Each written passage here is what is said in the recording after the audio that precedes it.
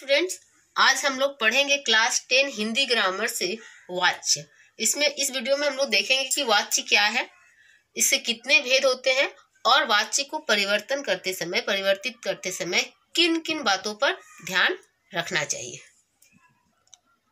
तो पहले देखते हैं कि वाच्य का अर्थ क्या है। वाच्य का शाब्दिक अर्थ होता है बोलने का विषय। ठीक है, वाच्य का अर्थ क्या है? बोलने का विषय। और इसकी परिभाषा क्या देखेंगे हम लोग कि क्रिया के जिस रूप से हमें ये पता चलता है कि क्रिया का मुख्य विषय कर्ता है, कर्म है या भाव है, तो उसे वाच्य कहते हैं। मतलब जब हम वाक्य देखते हैं तो उसमें जो क्रिया लगी होती है ना, तो क्रिया का जो मुख्य विषय है वो क्या है? कर्ता है, कर्म है या फिर भाव है। इससे जो प्रतीत होता है उसे ही वाच्य कहते हैं। जैसे कि यहाँ पे देखिए, बाल गोविंद भगत खेती बाड़ी कर रहे हैं। ठीक है, इस वाक्य में क्या है? देखिए, खेती बाड़ी कर रहे हैं, इसमें क्या है? कर्म को दर्शाया गया है कि बाल गोविंद भगत क्या कर रहे हैं? खेती बाड़ी। ठीक है, तो क्रिया किसके अनुसार लगी हुई है?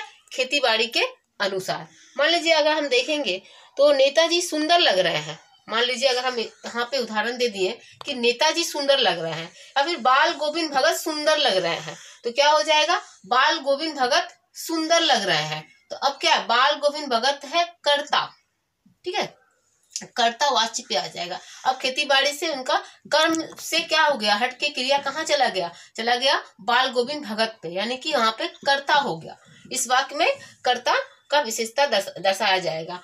वाच्य के कितने भेद होते हैं? वाच्य के मुख्यतः दो भेद होते हैं, कृतवाच्य और अकृतवाच्य। ठीक है, अकृतवाच्य के भी दो भेद होते हैं, उपभेद, क्रमवाच्य, भाववाच्य। अगर हम तीनों को मिला के देखेंगे तो क्या होगा? वाच्य के कितने भेद होते हैं? कृतवाच्य, कर्मवाच्य और भाववाच्य। ठीक है, इतना समझ में आया आप लोगों को? हाँ, तो आगे देखेंगे क्या वाच्य के भेद। जैसा कि मैंने बताया, वाच्य के दो भेद, कृतवाच्य, अकृतवाच्य। ठीक है, तो पहले कृतवाच्य देखेंगे। कृतवाच्य, इससे क्या पता चलता है? इससे पता चलता है, स्पष्ट है कि जिन वाक्यों में जो क्रिया है वह कर्ता के अनुसार अगर लगाई जाती है तो वहां पे कृतवाच्य होता है।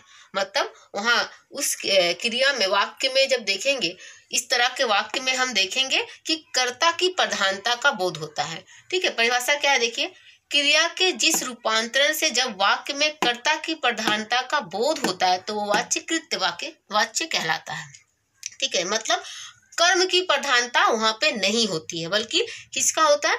कर्ता की प्रधानता होती है। जैसे बालक सोता है, यहाँ पे क्या? सोता है, कौन सो रहा है? बालक। तो क्या है? कर्ता। कृतवाच्य, क्योंकि यहाँ पे कर्ता की प्रधानता है। कौन खेल रहा है? बच्चे खेलते हैं, है ना। जैसे राजीव पुस्तक पढ़ता है, सीता गाना गाती है, सब क्या है? यहाँ पे क्या है? सीता के अनुसार, राजीव के अनुसार क्या है? वहां पे कर्ता का प्रधानता दर्शाया गया है। जिस वाक्य में कर्ता की प्रधानता का बोध होता है वो वाच्य कैसा होता है? वो कृत्यवाच्य होता है। आगे देखेंगे अकृत्यवाच्य। अकृत्यवाच्य में क्या होता है? कर्ता की प्रधानता नहीं होती है। इस प्रकार के वाच्य को अकृत्यवाच्य कहते हैं। कि जैसे कि देखिए यहाँ पे परिभाषा, क्रिया के रूपांतर से जब कर्ता की प्रधानता नहीं होती हो तो इस प्रकार के वाच्य को अकृत्यवाच्य कहते हैं। जैसे कि मैं बताई कि इसके भी दो भेद होते हैं, क्रमवाच्य और भाववाच्य। तो इसको हम आगे देखेंगे, क्रमवाच्य और भाववाच्य को। तो आगे देखते हैं, कर्मवाच्य और भाववाच्य देखेंगे। पहले कर्मवाच्य। यहाँ पे क्या है? हम लोग पहले देखें कि वहां पे कर्ता की प्रधानता थी। यहाँ पे देखेंगे कर्मवाच्य में, जैसे कि आप उसके नाम से ही पता चल रहा है कि वाक्य में कर्म की प्रधानता होता है। ठीक है, यहाँ पे क्या देखेंगे? इस तरह के वाक्य में कर्म की प्रधानता होती है। तो जहाँ पे कर्म की प्रधानता का बोध होता है वो कैसा वाच्य होता है? वो क्रमवाच्य होता है। जैसे कि देखिए, क्रिया के जिस रूपांतर से वाक्य में कर्म की प्रधानता का बोध होता है उस प्रकार के वाच्य को कर्मवाच्य कहते हैं। इसमें क्या क्या प्रधानता होती है देखेंगे। वाक्य में क्रम की प्रधानता होने के कारण क्या होता है? होने पे क्रिया के लिंग, वचन एवं पुरुष कर्म के अनुसार ही होता है। कृतवाच्य में क्या था? कर्ता के अनुसार। कर्मवाच्य में क्या होगा? कर्म के अनुसार। ठीक है, ये अंतर है। जैसे देखिए, छात्र द्वारा पुस्तक पढ़ी जा रही है। किसके द्वारा पुस्तक पढ़ी जा रही है? छात्र द्वारा। अब यहाँ देखिए छात्र क्या है, पुल्लिंग, तो यहाँ रहा है होना चाहिए, लेकिन क्या है, पढ़ी जा रही है, किसके लिए, क्योंकि यहाँ पे पुस्तक, यहाँ पे कर्म की विशेषता है, प्रधानता है, इसीलिए क्रिया किसके अनुसार लग गया, पुस्तक के अनुसार, कर्म के अनुसार लग गया। ठीक है, पतंग उड़ रही है। ठीक है, क्या है, कौन उड़ रहा, पतंग उड़ रही है, यहाँ पे दिया गया है। ठीक है, उड़ना प्रधानता है इसीलिए उड़ रही है। ठीक है, पतंग उड़ रही है, उड़ने के अनुसार लगा हुआ है, कर्म के अनुसार क्रिया लगा हुआ है। आगे देखेंगे भाववाच्य, यहाँ पे क्या था, कर्म की प्रधानता है। ठीक, भाव में क्या होता है, ना तो कर्ता की प्रधानता होती है और ना ही कर्म की प्रधानता होती है, दोनों के बदले किसकी प्रधानता हो जाती है, भाव की प्रधानता होती है। भाववाच्य में क्या, भाव की प्रधानता होती है, बल्कि कर्ता या कर्म की नहीं। परिभाषा देखिए, क्रिया के जिस रूपांतर से वाक्य में कर्ता या कर्म के बदले क्रिया या भाव की प्रधानता होती है, बदले क्रिया के भाव का। ठीक है, क्रिया किसके अनुसार, क्रिया किसके अनुसार, भाव के अनुसार की प्रधानता होती है, भाव की प्रधानता होती है, उसे क्या कहते हैं, भाववाच्य कहते हैं।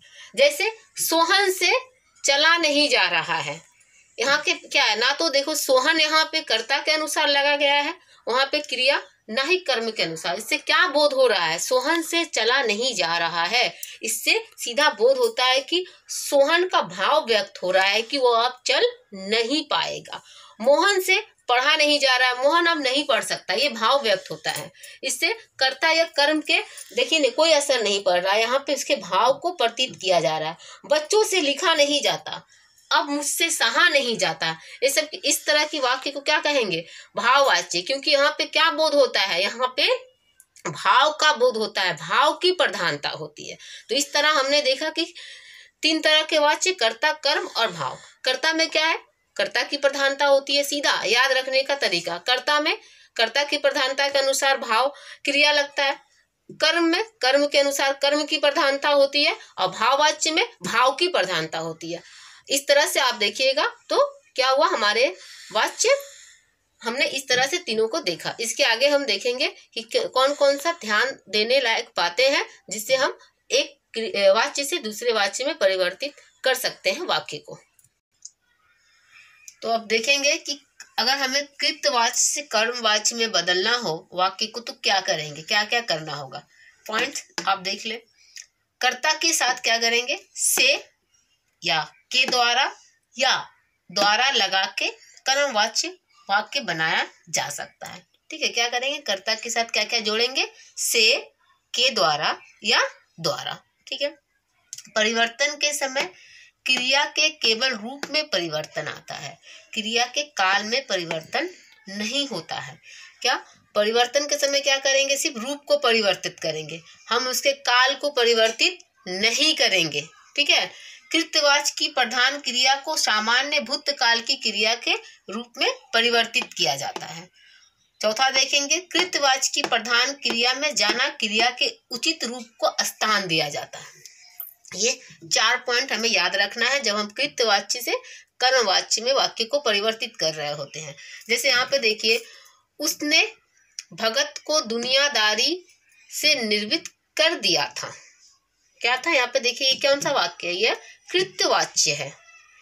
उसने भगत को दुनियादारी से निर्वित कर दिया था, ये हमारा कृतवाच्य है। जब हम इधर जाएंगे इसको कर्मवाच्य में परिवर्तित करेंगे, उसके द्वारा, क्या किए, के द्वारा है ना, हमने जोड़ दिया, उसके द्वारा भगत को दुनियादारी से निर्वित कर दिया गया था, है ना। तो देखिए उसे ना तो काल में परिवर्तन आया ना ही अर्थ में परिवर्तन आया, लेकिन वह कर्मवाच्य में परिवर्तित हो गया।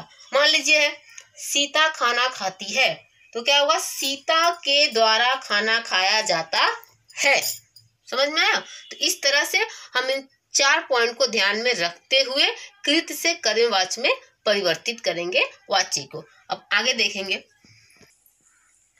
अब देखेंगे कृतवाच्य से भाववाच्य में जब हम बदलेंगे, परिवर्तन करेंगे तो क्या क्या करेंगे। सबसे पहले क्या करेंगे, कृतवाच्य में आए कर्ता के साथ क्या करेंगे, से या द्वारा विभक्ति जोड़कर भाववाच्य में उसको बनाएंगे। ठीक है, भाववाच्य बनाया जाता है क्या करके, से या द्वारा विभक्ति को जोड़कर। कृतवाच्य में वाक्य की क्रिया को ही वाक्य का कर्ता बना दिया जाता है। कृतवाच्य में क्या होता है, जो क्रिया होती है वाक्य का उसी को ही कर्ता बना दिया जाता है। जाना क्रिया के रूप में कृतवाच्य के काल भेद के अनुसार जुड़कर भाववाच्य का निर्माण करती है। भाववाच्य वाक्यों में क्रिया सदा अन्य पुरुष, पुल्लिंग तथा एक वचन में रहती है। तो ये क्या, यह ध्यान रखने वाली बातें हैं। जब आप कृतवाच्य से भाववाच्य में परिवर्तित कर रहे हो सेंटेंस को, तो इन बातों को ध्यान में रखेंगे। जैसे कि इस बार उन्होंने गले नहीं लगाया, तो क्या हुआ, इस बार उन्होंने गले नहीं लगाया। इस बार उनके द्वारा गले नहीं लगाया गया। क्या इस बार क्या किया, नहीं किया, उनके द्वारा गले नहीं लगाया गया। आगे मान लीजिए दिया है कि कछुआ दौड़ नहीं सकता। कछुए के द्वारा क्या होता है, कछुआ दौड़ नहीं सकता, तो क्या लिखेंगे, कछुए से दौड़ा नहीं जाता। क्या भाव व्यक्त हो रहा है कि कछुए से दौड़ा नहीं जाता है, ठीक है, वो अब दौड़ नहीं पा रहा है। इस तरह से हमने देखा कि कृतवाच्य से जब भाववाच्य में परिवर्तन करेंगे तो किस तरह से करेंगे। इस पूरे हमने क्या देखा, इसका एक स्मरण तथ्य हम सामने देखेंगे कि हम क्या इस तरह से हमारा वाच्य कंप्लीट होता है। लेकिन एक कुछ बातों को ध्यान में रखेंगे। क्या क्या है, कृतवाच्य में क्रिया का संबंध कर्ता से, क्रमवाच्य में कर्म से, तथा भाववाच्य में भाव या फिर क्रिया स्वयं ही प्रधान हो जाती है। भाववाच्य में एक से अधिक क्रियापद होते हैं, सॉरी, ठीक है, यहाँ पे क्रियापद होगा, क्रियापद होते हैं। तो इस तरह से हमने देखा आज वाच्य क्या है और कितने तरह का होता है, किस तरह से उसको परिवर्तित किया जाता है। उम्मीद करती हूँ कि आपको वाच्य समझ में आ गया हो।